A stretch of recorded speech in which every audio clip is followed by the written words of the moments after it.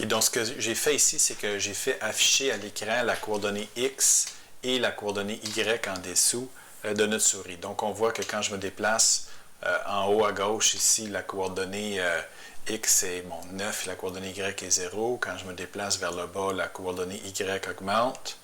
Et puis si je remonte en haut à gauche ici, si je me déplace vers la gauche, il faut que je reste dans ma fenêtre, évidemment. Quand je sors de ma fenêtre, là, c'est pas bon. Donc quand je me déplace vers la droite de ma fenêtre, on voit que j'ai à peu près 1599 pixels. Puis si je descends vers le bas, on voit que j'ai à peu près 809 pixels vers le bas. Rappelez-vous que notre canevas, nous, commence ici à 0, 0. Donc c'est sûr que quand notre souris va être ici dans ce qu'on a appelé tantôt la marge de gauche, ça ne nous intéresse pas bien. Donc on va avoir des petits calculs à faire et des petites conditions à vérifier. Remarquez aussi là, que notre jeu à nous va limiter le mouvement en Y à une ligne ici. Donc, en fait, notre raquette va toujours rester à la même valeur d'Y.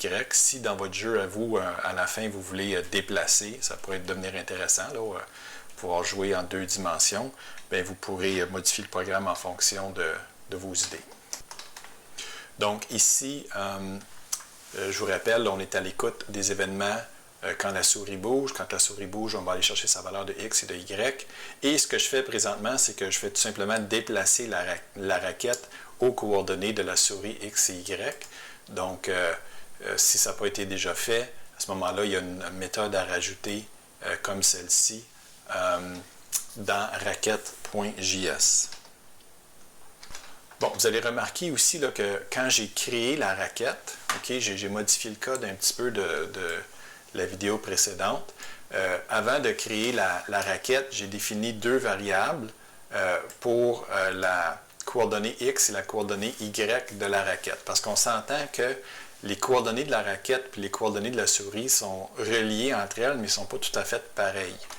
Dans le sens où on sait que nous autres, notre raquette ici, la ligne, le mur gauche de notre zone de jeu ici, c'est 0, alors que le 0 du curseur de notre système peut aller beaucoup plus à gauche. Donc, il va falloir faire une petite soustraction là, pour ajuster tout ça.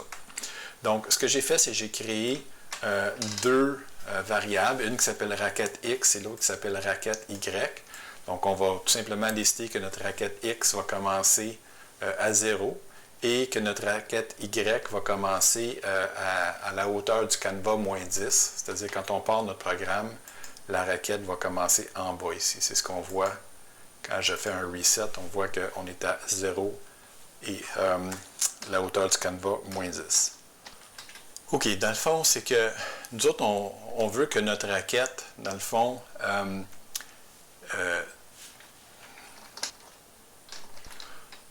on se rend compte qu'il y a un décalage entre la position de notre curseur de souris et puis la partie gauche de notre raquette. Donc, ce qu'on va faire, c'est qu'on va faire une soustraction pour être capable de ramener ces 2 choses-là en ligne. Donc, ce que je vais faire ici, c'est que ma variable raquette X va devenir égale à la valeur de la souris X. Et je vais enlever la valeur de la marge de gauche ici. Okay? De sorte que, par exemple, si je suis en plein milieu ici, on voit que la valeur de X est de 806, par exemple. Okay? Ça doit être à peu près 800. Donc, mais on sait que si je suis dans le milieu de l'écran, la valeur de X de la souris, c'est 800. Mais on sait qu'on est en plein milieu de notre canevas. Puis le canevas devrait être environ 400. Fait qu'on voit qu'il faut enlever la valeur de la marge gauche ici. Et puis, quand je fais ça, à ce moment-là, on va venir mettre la valeur de la raquette X ici. OK? Donc, quand je recommence, bon, là, on voit que c'est plus satisfaisant parce que vous allez remarquer que mon curseur de souris et la partie gauche de la raquette se suivent. Évidemment, si je m'aventure à l'extérieur du canevas de jeu, la raquette essaie de suivre, mais elle ne peut pas s'imprimer. Donc, on va la bloquer ici pour que cette valeur-là reste à 0. Ce que j'ai fait ici, c'est que j'ai affiché en haut à droite, en fait, la différence entre la variable souris X et puis la marge de gauche. Donc, c'est la position du curseur en X moins la marge. Donc, on voit ici que si je place ma souris exactement sur la bordure gauche du canevas, on voit en haut à droite que la différence entre les deux est égale à 0. Et si ça devient négatif, bien là, oups, on se rend compte qu'on est en train de perdre notre raquette. Donc, on va aller mettre une petite condition pour éviter cette situation-là. Dans le fond, c'est qu'on ne veut pas que la variable raquette X soit négative. Donc, si jamais elle devient plus petite que 0, okay, on va tout simplement la fixer exactement égale à 0. OK. Donc, on va aller voir ce que ça donne. Ici, si je repars le programme, bien, j'en profite, il y a une petite erreur. Donc, on s'est écrit ici que racket X is not defined. C'est parce que j'ai écrit racket X avec un X minuscule. Et puis, ça, le système n'aime pas ça. Donc, on va recommencer. OK.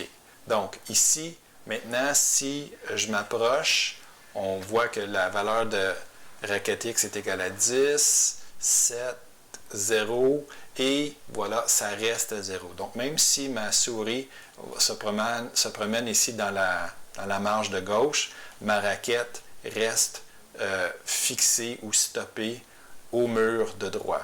On va voir qu'on va avoir un peu la même chose à considérer, c'est que si j'amène ma souris plus loin que le mur de droit, bien, je perds ma raquette. Donc là aussi, on va avoir une petite limite à les mettre.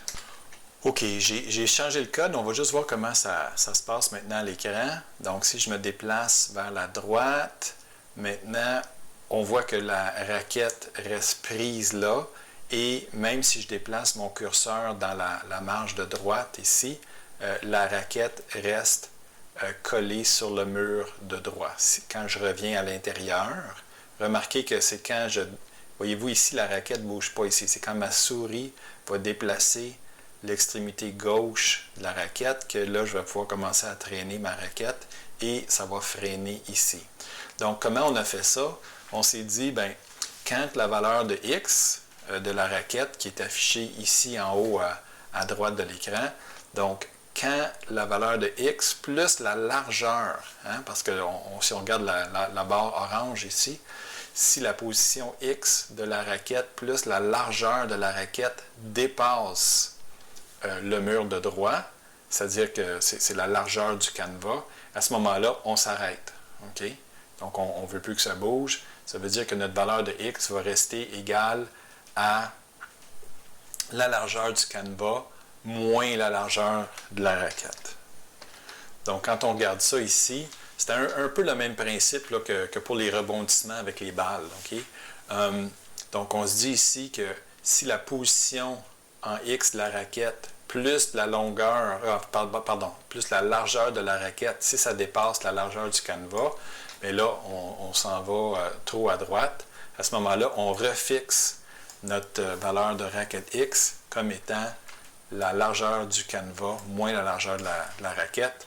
Et puis, on a terminé en faisant ça. Remarquez ici que je fais un else if. Okay? Donc, si jamais la variable raquette X était plus petit que 0, on fixe raquette X égale à 0, puis on passe à la ligne 126. Sinon, si jamais la condition qui est indiquée ici à la ligne 123 s'applique, on exécute la ligne 124. Et s'il n'y a aucune de ces conditions-là qui s'applique, c'est-à-dire que si on se promène ici à l'intérieur de nos murs ou à l'intérieur des murs de notre zone de jeu, à ce moment-là, bien, on ne fait rien de tout ça, puis on fait juste déplacer la raquette selon les coordonnées de X ici pour la raquette. Maintenant, on va arrêter de faire déplacer la raquette en haut et en bas avec la souris et on va tout simplement fixer cette valeur-là à la raquette Y, la valeur de la variable raquette Y qu'on a fixée en haut ici. Et puis, on voit que notre raquette reste en bas. Okay? Et puis, elle ne sort pas de la zone de jeu, même si notre curseur sort de la zone de jeu.